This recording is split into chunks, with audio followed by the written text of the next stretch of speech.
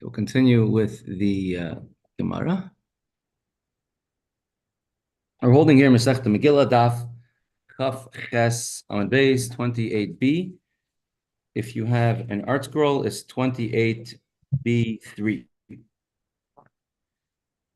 We just finished discussing the halachas of using a shul or a place to make a eulogy. Now we are going to discuss ideas of the different praises, how to praise and respect you have to give to a Talmid Chacham, to a Torah scholar. And we're going to do it from several different angles. We had Rabbi Reish Lakish and Rabbi Nachman. Reish Lakish, he eulogized a Torah scholar who, according to Rashi, used to teach Mishnah to 24 rows of students, according to other Mefarshim, who sat in the 24th row before Reish Lakish, and eulogized him, how great of a person he was.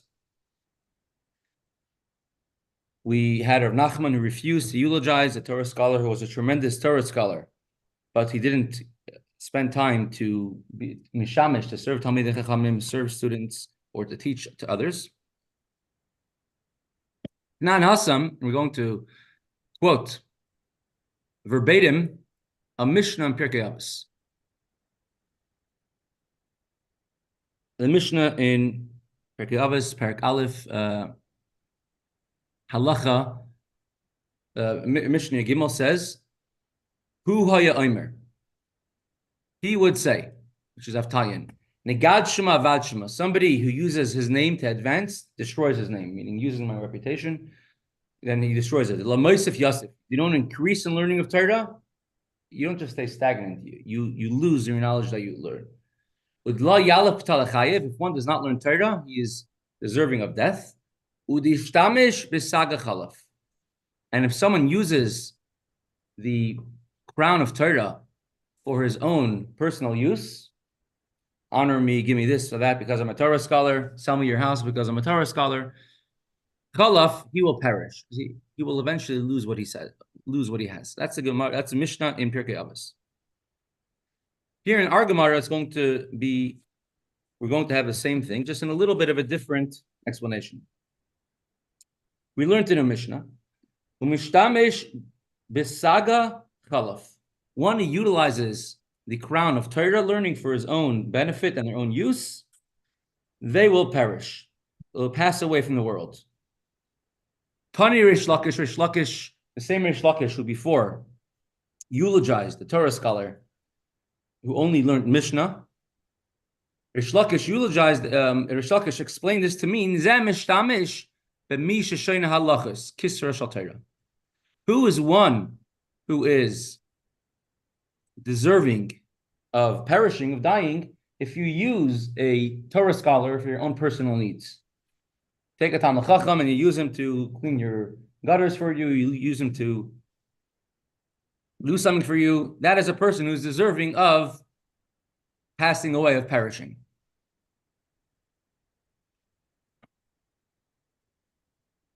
In the Mishnah of Pirkei Avos, the Shtamish of Saga Chalaf means someone who makes personal use of the crown of Torah, uses Torah to advance his own needs. I'm a Rav, and therefore I'm passing. You're not allowed to eat anybody else's hashgacha, not for any halachic reason, but because you have to listen to my great Torah scholarship or something like that. There's three different pirushim, three explanations, understandings. What does it mean, these words? Someone who uses Torah's crown, chalaf shall perish. One explanation, the one in Pirkei Avos, is that if you're using Torah to benefit from, you shouldn't learn Torah in order to become an important person, a prestigious person. You shouldn't learn Torah in order people should support you, give you money.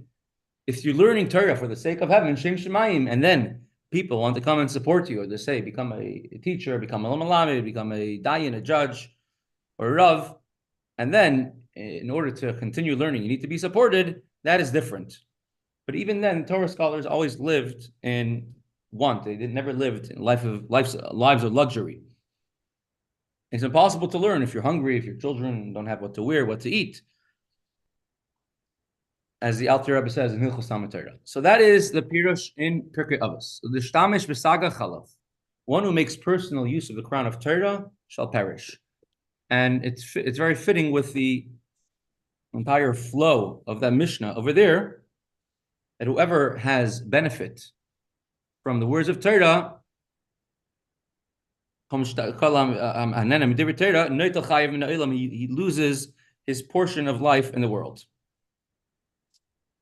The second Pirush brought down in the Ramah, and even Halacha is brought down, and the different very awesome things are said about this, is that Tishtamish v'taga, one who uses a crown. What is a crown? Crown is the letters of Hashem's name, the crowns. Shemus of Hashem.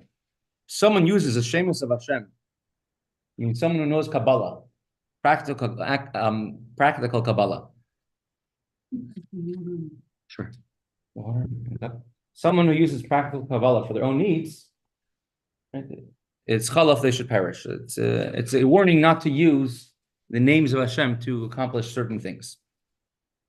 Called Kabbalah Mises. And the third thing is that we're learning over here in our Gemara. Rish Lakish says, one who uses a Torah scholar for a menial task, for a non-Torah related task, that person is deserving of Misa, passing away. Chalaf. We're going to qualify this and quantify this, exactly what type of use you are allowed to use from a Talmid Chacham or Torah. A teacher who is teaching a student, so if you're the main teacher, it's a schus, it's a merit for the student to learn, to be mishamish, to serve the teacher. And if a teacher, a Torah teacher, holds back his student from doing him a service, he's holding back goodness from him because he's not letting him serve a Torah scholar. Says Baal Shem Tov himself traveled to Chaim traveled to him, and when he was old and sick, and spent several days by him just in order to help him, to serve him, because he wanted to have the schus of Shemesh Talmidei Chachamim serving a Torah scholar. Similarly, the Baal Shem Tov, his students were the greatest tzaddikim, the greatest goinim, and but being he was their main teacher, they were allowed to serve him, and so on and so forth. There was the Rebbe who poured kosher bracha by the Rebbe, Rabbi Mentlik, Rosh Hashiva of Yeshiva. He was the one who poured kosher bracha for the Rebbe, because if it's your main Rebbe, they are allowed to do a service for you, and it's a schus for them. But someone who's not your Rebbe, not your Talmid, not your student, and they're Talmid Chacham, a Torah scholar, you should not use them. Says the Gemara, an anecdote about this. The Amar Ula says Ula. Lishtamish inun. Here's a hierarchy. If you have several Torah scholars, several Talmidei Chachamim, some are wiser, some are less wise. Here's a one, and you need someone to do a task for you. Which one should you ask? Lishtamish inish b'man tani arba'a. One should rather be served by somebody who studied 4 orders of Mishnah, not to be served by somebody who teaches 4 orders of Mishnah. So Mishnah, there's here on the screen, see that there's 6 different orders called the Zerayim. 6 different parts of the Mishnah: Zerayim, Moyed, Nashim, Nizikin, Kachim, Taris. And there's 4 main ones that we're supposed to know, which is the ones that are Negeya, the ones that are important for those living outside of Eretz Yisrael. Zerayim is mainly all about planting the different Truma, Meiser, Peyag, the Gdmai, Kilayim, Shemitah. All these things apply only in Eretz Yisrael. There's no Gemara on Zerayim except for Brachas. Which Brachas is not really part of Zerayim, they just put it at the beginning of the Mishnah. Moyed is so that Zerayim is not so applicable nowadays. Moyed is applicable, all the Yom Tovim. Nashim is very applicable. Halachas of Ksuba, halachas of Kiddushin, Nisuin, Gittin, marriage, divorce, everything is very Nida, it's all Nida and Taras at the end. Nizikin, damages. Of course, that's very applicable. Kachim is a karbanis in the Beis HaMikdash, which although it's not as applicable nowadays, because it's specifically the karbanis in the Beis HaMikdash, but it's very important in general to learn kachim, the laws, halachas of kachim. The says whoever learns Torah, it's like they're bringing a karban. And it says Talmidei Chacham, the sages are constantly serving and bringing karbanos to Hashem. So this is something which is applicable even nowadays. As a matter of fact, the Chafetz Chaim, in his yeshivas, he instituted that they should learn kachim, these halachas. They're very nuanced, very complicated. And even during the times of the Amirayim, when there was no Beis HaMikdash, even then, they were very knowledgeable inside out of all the halachas of kachim. And many brisker yeshivas to learn specifically, they say there is kachim. And Taras, again, you have no Mishnayos on, you have no Gemara on Taras, except for Mesechta Nida, which is really part of Nashim, but they put it as part of Nida. And we're going to actually have a connection to Mesechta Nida right now. So the four orders of the Mishnah, which are important to learn, three apply nowadays, and Kachim, which although it doesn't apply nowadays in a literal sense, but it does apply in a more greater sense of learning Kachim. Sounds like you're saying touching. Touching. The laws of touching. Yeah, it's called the laws of Kachim. The touching is Megillah. That's Negoyim. That's also in Taras. Yeah. Kachim is the Karbanis in the Beis HaMikdash. So he says, rather, you should, if you need a Torah scholar to do a service for you, you should rather utilize somebody, you should be served by someone who knows these four, but didn't teach them, as opposed to somebody who teaches them, which is even someone who teaches, we learned earlier, it's according to the Ran, right, in our explanation of their shliach, how we eulogize a student who knew Mishnah, but taught Mishnah, according to Rashi in the Ran. So rather be served by someone who knows only these four, even though he's a Torah scholar, but not someone who knows it and teaches it to others. According to the Rashba and other Rishonim, which like Rebbe pointed out yesterday, that it's we're talking about not someone, Shlakish is eulogizing not someone who taught, but rather eulogizing a student who sat in the last row, in 24th row, in front of the Chachamim. So he explains over here, it means that Tane and Tane means the Mishnah and the Gemara. Rather be served by someone who knows the Mishnah of these four orders of the Mishnah, and not someone who knows the Gemara as well. But someone who knows the Gemara knows the reasonings and the questions and the answers, and he's a greater Talmid Chacham, a greater Torah scholar than the one who knows just the Mishnah.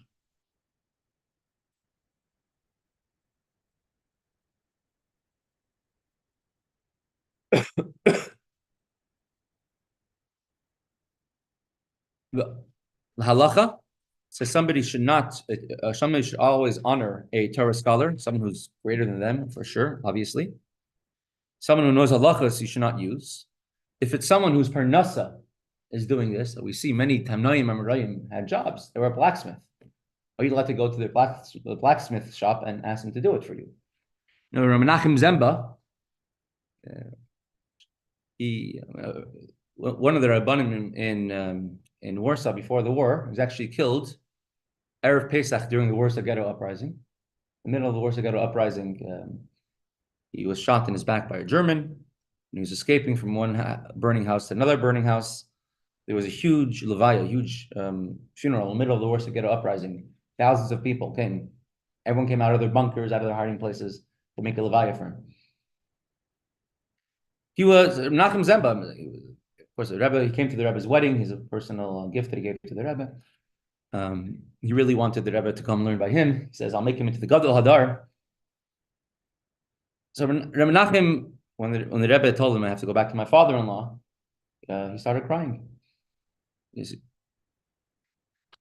And so Rebbe Menachem Zemba, he had a store. He was a shopkeeper. He had a store, a hardware store in Warsaw. He refused to take any money for being a Rav. And Someone said they went into a store once, and Menachem Zemba was sitting behind the counter reading a sefer, and piled up all along the wall are boxes of different types of screws and different types of nails and different things. And he didn't notice anyone walking into the store, and someone could have walked out with tons of objects, and nobody would have realized. And in the middle of learning, and somebody says, interrupted him, says, "Can I please have a certain type of screw?" He says, "Yeah." He jumped up. He knew exactly where that screw was, which box. He grabbed it down, gave it to him, and says, "Put the money over there," and it went right back into the sefer. Chafetz Chaim's wife had a store. Chafetz Chaim learned, and his wife had a store. And many people will come to her store to buy because they wanted to support the Chafetz Chaim. Chafetz Chaim told his wife that after they earned enough money to what they needed to live, she should close the store down for the day, not to take business away from any other shopkeepers. So could you use a Talmid Chacham, a Torah scholar, who was a blacksmith for anything else? And so was the Rebbe, someone came into the Rebbe's house, the mother, and he was under the sink fixing the pipes. The Rebbe was under the sink fixing the pipes. Yes, and they asked him, "Why do you get a plumber?" He said, "What? I should give away the schus to fix my mother's pipes to a plumber."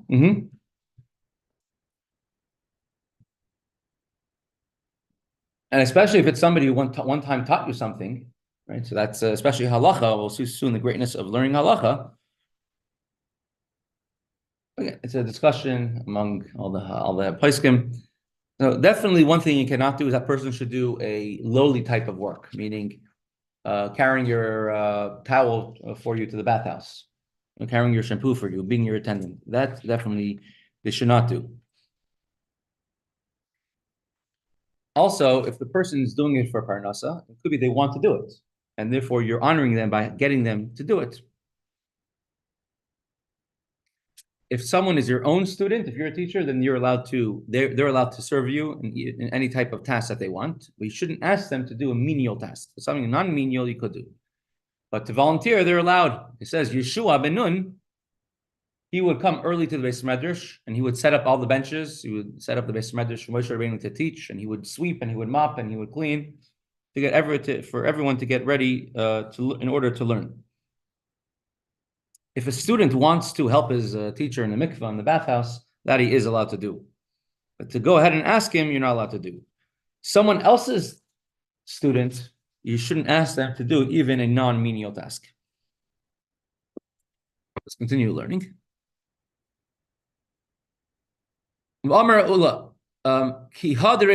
going to give an anecdote of Rish Lakish, famous Rish Lakish, who before eulogized a Torah scholar, Shmuel. Sorry, I didn't notice you till now. Notice Shmuel. Rish Lakish have a kama arba, have a azib urcha. One time Rish Lakish was traveling on the way, and there was a large puddle, a deep puddle of water along the way that he had to get through. Asahu Gavra, so a certain person came. Now, this person, for context, was not dressed as a Torah scholar, and he didn't present himself as a Torah scholar. Arkavei Kaspe, so he told Rish Lakish, Rabbi, you don't get yourself wet and dirty and walking through this big puddle. Let me give you a ride on my shoulders. He picked up Rish Lakish, put him on his shoulders, and he passed over the water, passed through the puddle, and Rish Lakish did not have to get wet. The Rish Lakish did not know who this person was. Amar Le, he told him, Karisa, did you learn Torah? Are you a Torah scholar? Have you learned Chumash? Mikra, Amar. So he answered, Tanis, yes, I have learned. Tanisa says, have you learned Mishnayos? And the person answers, Tanina, Arba Siddur Mishnah. I have taught 4 orders of the I have learned, and some say I have taught 4 orders of the Mishnah. These 4 orders, which we mentioned, right? Mayed, Nashim, Nizik, and Kachim. I have learned these 4, which are the most important ones, for today. Amar Lei, Rish Lakish told him back, how could you carry me on your shoulders? Pasaltalach, Arba Turi. You have carved out for 4 mountains, which is a formidable task. So you've learned so much. You learned these 4 orders of the Mishnah.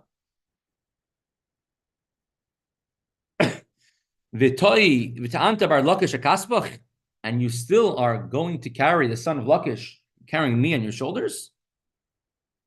I don't want to use you. I don't want to make use of you anymore. You should stop serving me. Put me down in the puddle. Stop carrying me now, because you're a Torah scholar. Shadi, bar Lakish Maya. Throw me off and throw me into the water. I can't use somebody who's a Torah scholar. Amar lei, so the person answered back, I still want to carry you. Nichele dashminan. Limar. For me, it's not a embarrassment. I'm not putting myself down. I'm not debasing myself by carrying you on my shoulders, going through the water. It's not a burden for me. Don't worry about it. It's good for me. So Rish Lakish answered back, if so, if you still want to serve me, then at least you have to become my Talmud, my student, because your own student, you're allowed to receive service from. He didn't ask him to put it on his shoulders. He offered it. But if you become a Talmud, a student of Rish Lakish, so then you're allowed to mishamish him. And therefore, let me teach you something. Gemara mini hamilsa. So let me teach you this halacha, one matter, and then I'll be allowed to let you serve me. I'm sorry to go outside because I'm too cold. I want to get my Sure. Yeah. I didn't think I needed it, but I see I need it. It's over here. Yeah. Chaim writes, if you remember the words, if one who uses a crown of Torah and Rish Lakish explained, uses a Torah scholar, Chalaf deserves to perish. The word Taga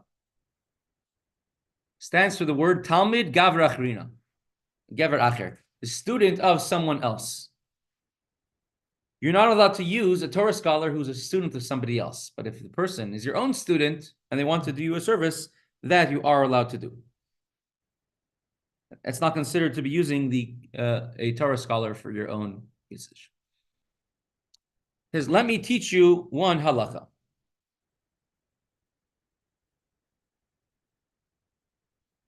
And it shows a very interesting halacha.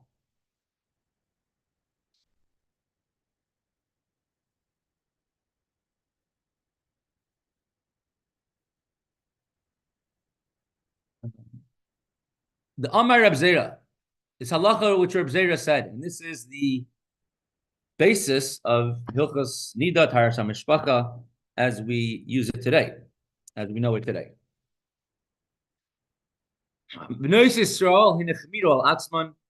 The Jewish woman imposed upon themselves, were strict upon themselves.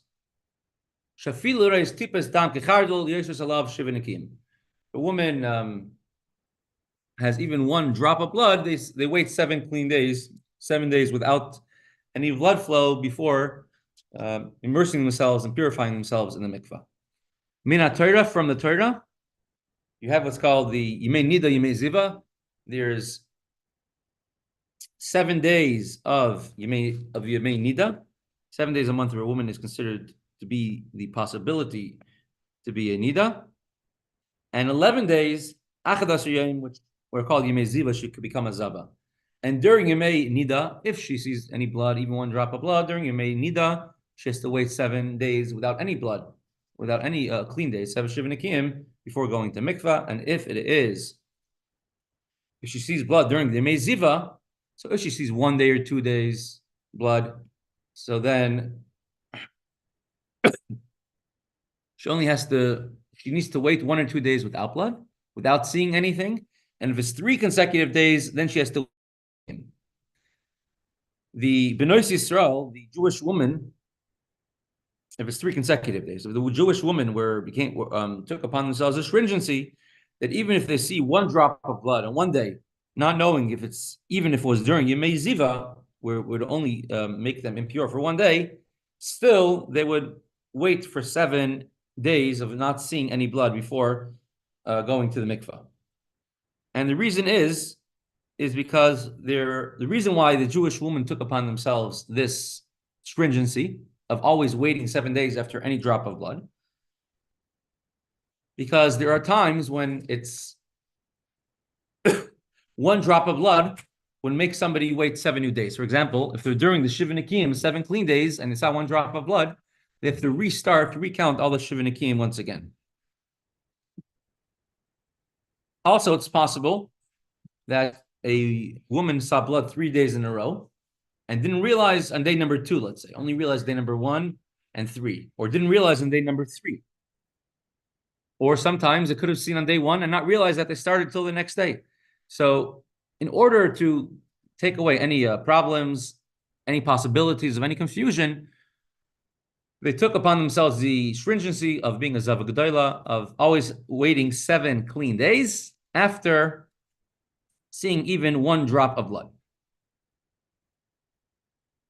And till today, right, this is what we do whenever Hilchas, right, the Rishonim, I'll discuss how strong this stringency is, if it has a level of a deraisa or if it's a minhag.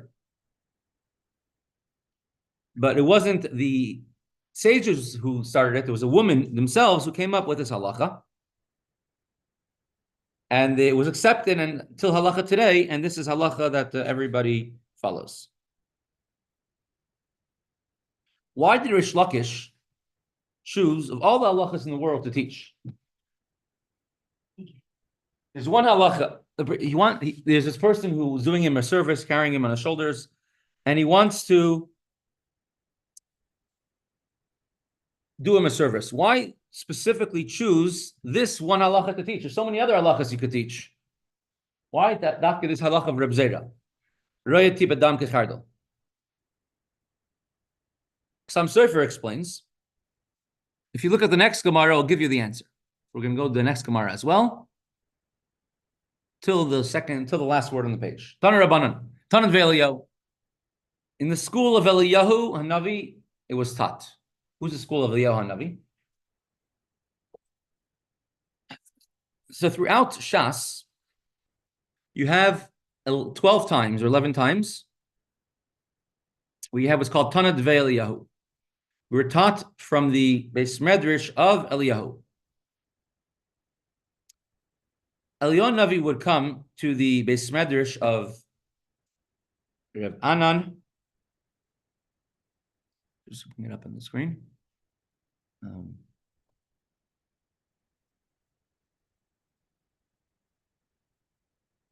Yes.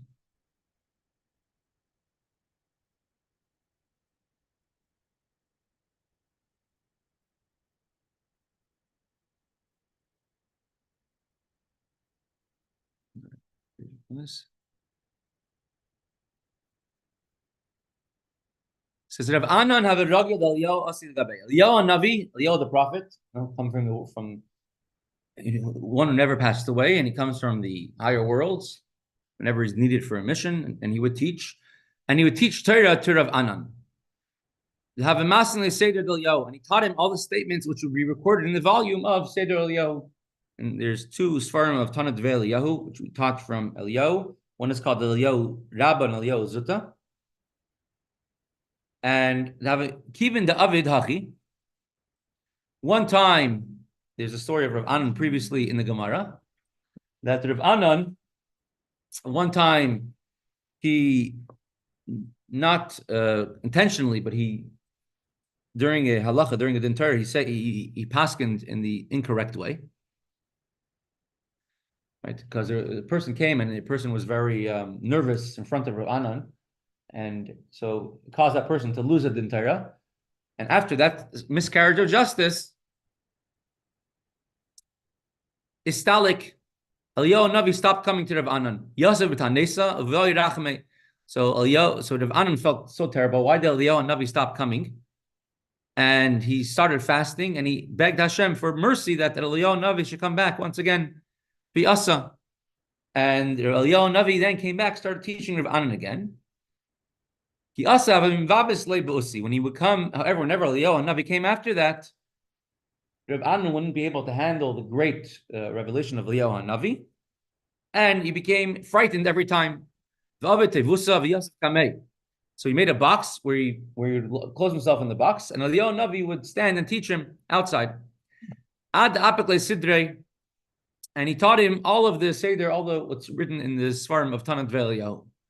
The Hainu the Amri Seder Eliyahu Rabba v'Seder Eliyahu Zuta, and these are the order of Eliyahu Rabba, Eliyahu Zuta. Eliyahu Rabba, the great, meaning the larger one, is before the incident. Everything everything in there is from what Eliyahu Navi taught Rav Anan before the story, this incident, and Eliyahu Zuta is everything that Rav Anan would teach him after that. All the statements that are in Gemara of Tanat Eliyahu, we learned from the Beis Medrash Eliyahu. These are all also printed in. These are all also in the Sefer of Tanat Eliyahu, besides for one statement. There's altogether about 12 statements in the Gemara of Tanat Eliyahu. The first time Tanat Eliyahu was printed was in the 1500s. There was another Tana named Eliyahu, but generally it's accepted that they're talking about Eliyahu Hanabi, not this Tana Eliyahu. And this is something we say every single day in davening.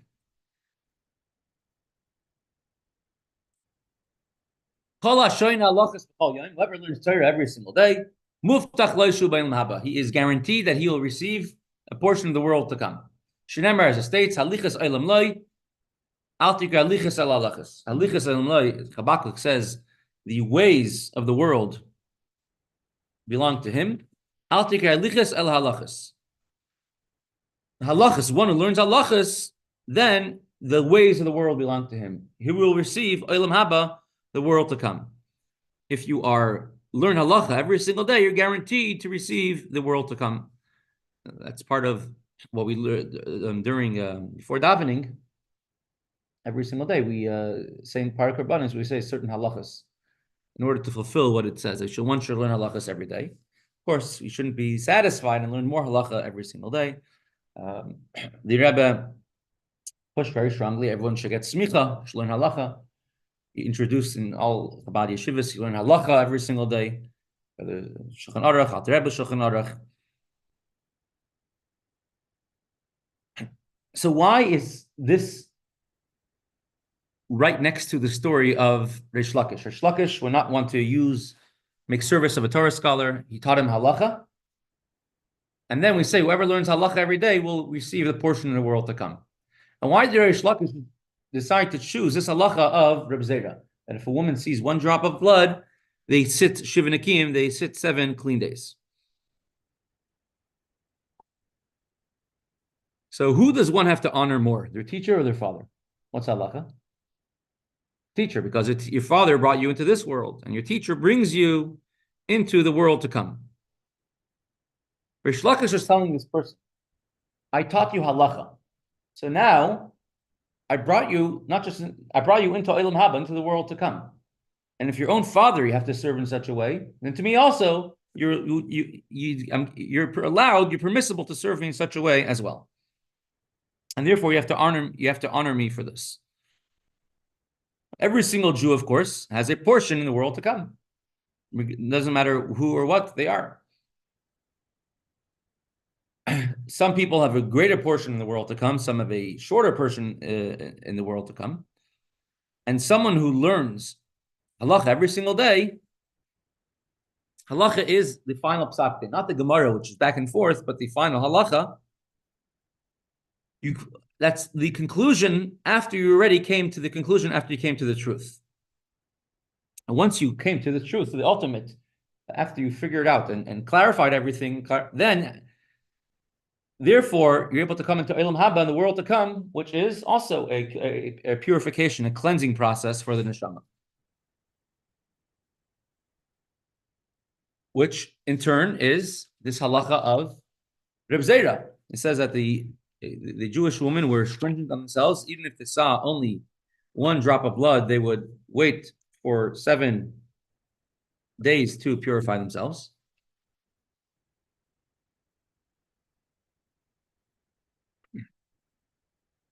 Reish Lakish wanted to tell him a lesson.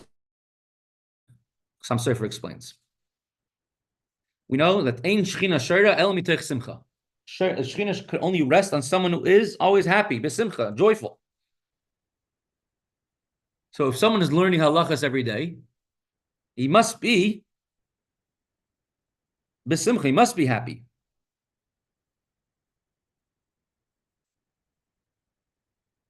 The Arizal says, and Valshantov explains this, and there's several Amarim of the Rebbe explaining this as well. You go to Tehillim, chapter 100. Let's go to chapter 100, and we say this almost every day during davening. Mizmor L'Soida. Praise Hashem. First pasuk, Hariu Lashem Kol Haaretz. Hariu Lashem Kol Haaretz. Let the entire earth shout out. Hariu is like a turah, like a trumpet, announce to Hashem all of the earth. Ivdu Hashem b'simcha, serve Hashem with joy. Ba'yu l'fanav b'rinana. Come in front of Him with praise. This is when you bring a carbon toida to Hashem. They would sing this Mizmor L'Soida. We don't say this on Pesach and on Yom Kippur because you can't bring a carbon toida on those days. The words Hariyu Lashem Kol Haaretz. Hariyu is the first letter. The Rosh first letter of Hariyu is Hey. Hashem is a Lamed. Kol is Chaf. Haaretz is Hey. Makes up the word Halacha. The next thing it says after that is Ivdu as Hashem b'simcha. Serve Hashem with joy. So learning Halacha brings one to joy.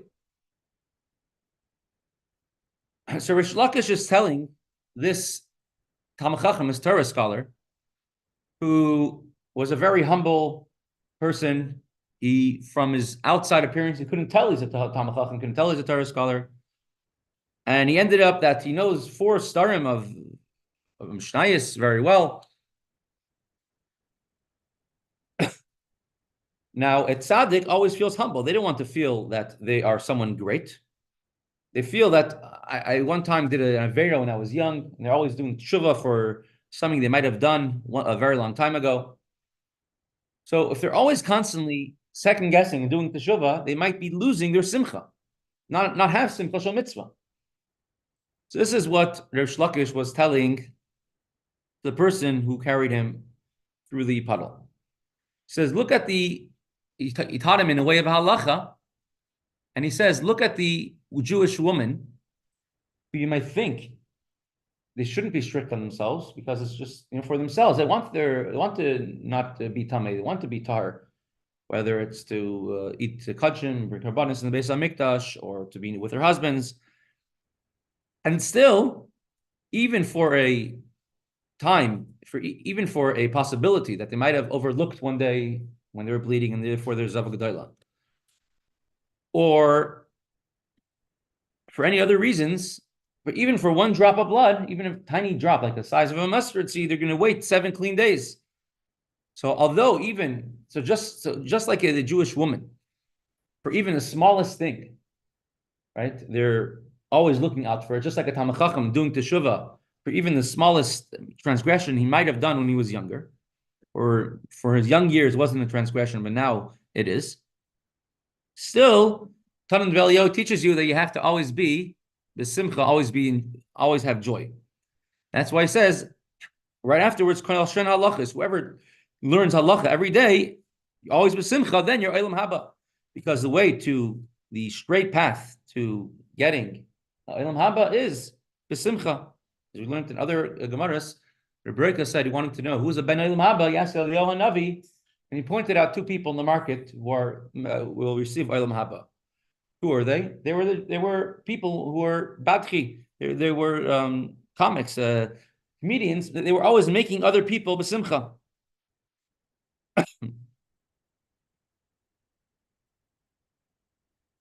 Eliyahu Navi is teaching something else, because look in Pirkei Avos,